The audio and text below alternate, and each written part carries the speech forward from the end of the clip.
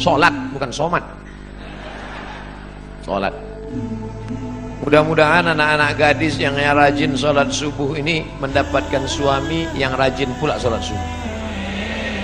Karena kalau kalian anakku yang sudah solehah, yang sudah cantik, yang sudah rajin sholat, tiba-tiba dapat laki tak sembahyang, tak satu dua curhat masuk ke HP saya.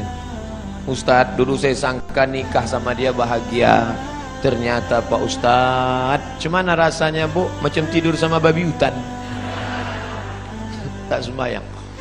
Walaupun hidup 1000 tahun, kalau tak sembahyang apa gunanya? Walaupun hidup 1000 tahun, kalau tak sembahyang apa gunanya? Nanti kalau Bapak Ibu kebetulan pergi umrah, ada mihrab dalam taman Raudhah Masjid Nabawi, tempat sholat Nabi. Ini Raudhah, ini mihrab namanya.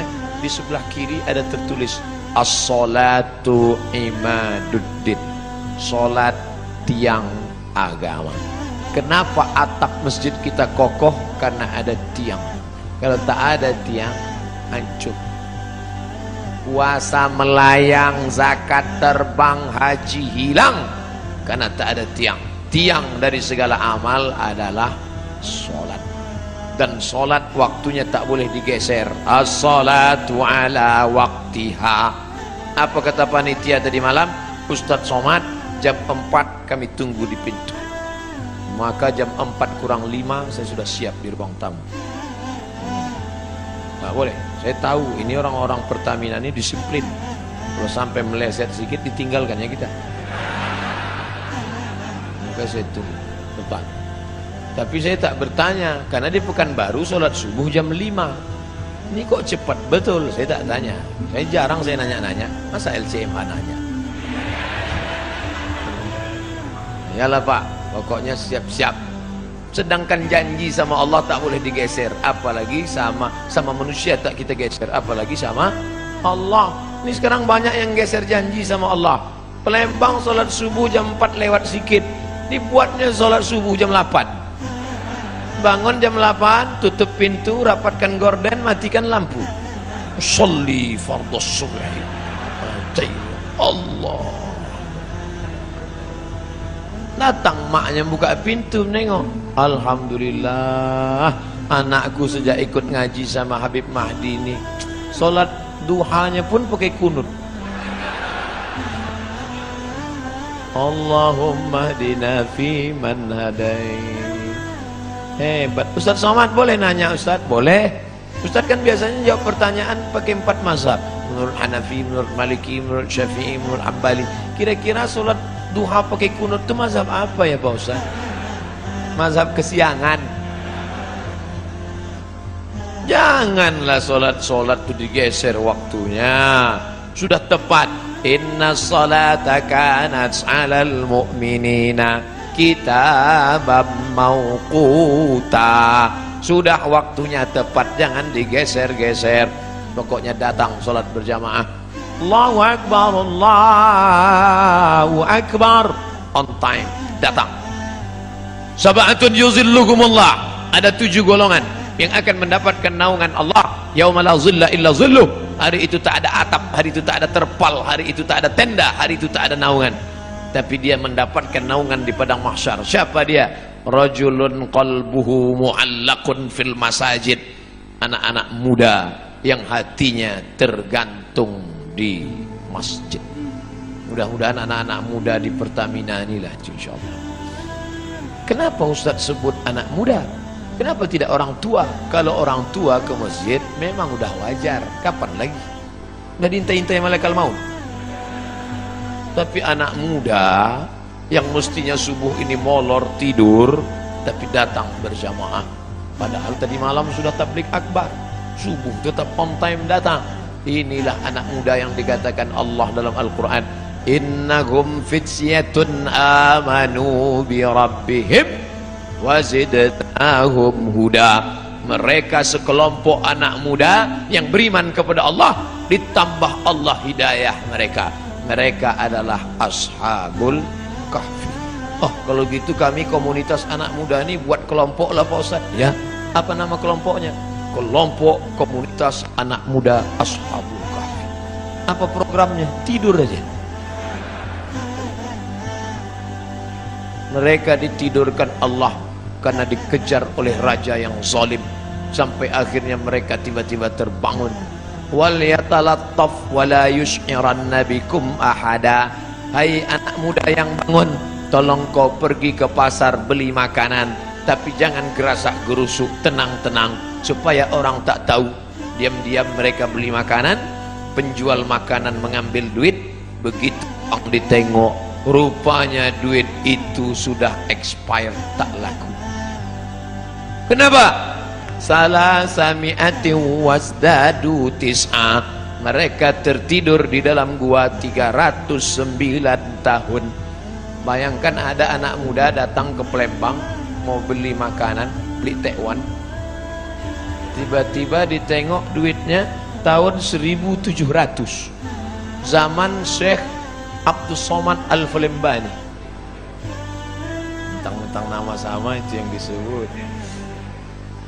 Bayangkan apa yang terjadi saat itu. Ini ada anak muda. Rupanya zaman itu sudah berganti seorang raja yang soleh. Raja yang soleh mengunjungi mereka ke dalam gua, ditengok anak-anak muda terkapar, tertidur. Tak lama setelah itu mereka pun meninggal dunia. Allah hanya ingin menceritakan. Tapi ada pula di situ seekor anjing. Ini sungguh berita tidak penting. Untuk apa Allah cerita ada anjing bersama anak-anak muda itu? Ternyata Allah mau ceritakan, walaupun seekor anjing, kalau berkhidmah untuk orang soleh, tetap juga disebutkan Allah dalam Al-Quran. Anjing najis, kotor, tapi berkhidmah untuk Ashabul Kahfi, diceritakan Allah dalam Al-Quran. Tapi jangan gara-gara ini habis pengajian ini sebuah beli anjing. Cerita itu tentang Bani Israel dan cerita tentang memelihara anjing sudah mansuh, tidak ada dalam syariat Nabi Muhammad sallallahu alaihi wasallam. Artinya bapak ibu yang di rumahnya ada anjing, lepaskanlah yang lagi melihara anjing. Siapa yang memelihara anjing, amalnya satu hari dikurangi sebesar Bukit Uhud.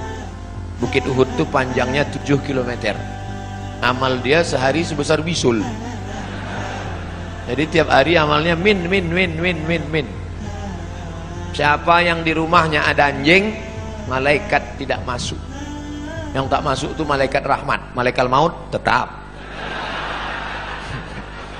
Kalau malaikat maut tak masuk, udah lama saya pelihara anjing herder 3. Bapak ibu yang dimuliakan Allah, artinya apa? Istiqomah sholat berjamaah. Wahai anak-anak muda, kalian buatkan komunitas anak muda pencinta masjid. Alhamdulillah sekarang sedang tren komunitas. Saya di beberapa tempat ketemu komunitas anak-anak muda. Apa komunitas kalian? Jombloan sejati. Tulisan logonya say no to bonceng. Mantap. Kalian apa komunitasnya? Ini Pak Ustadz, saya dikasih mereka di Yogyakarta, dipasangkan mereka pemasangan jaket kepada Ustadz Abdul Somad, tulis di belakang, born to ride, ride to Jannah, lahir untuk mengendara menuju surga. Anak-anak geng motor. Mantap. Dipasangkan ke saya pun langsung ke airport. Habis subuh pasang langsung ke airport. Semua orang di airport nengok saya. Rupanya jaket itu dipasang naik motor, saya naik pesawat. Tak cocok. Artinya apa? Komunitas anak muda ini tetap dijaga dan mereka tetap sholat berjamaah di masjid. Habis waktu. Cepat betul. Saudara yang dimuliakan Allah Subhanahu wa taala, memakmurkan masjid sudah, beriman hanya kepada Allah sudah, menegakkan sholat sudah. Masuk yang keempat, wa ataz zakah, berzakat. Orang yang sudah sholat tapi tak berzakat, maka tak ada gunanya, karena dia makan haram. Di dalam duit kita itu ada zakat. Zakat orang dititipkan Allah kepada kita. Ada orang diuji kakinya, lulus. Diuji kakinya sholat berjamaah, lulus. Diuji matanya sholat tahajud, lulus. Diuji kantongnya, di situ baru kelihatan. Nama siapa?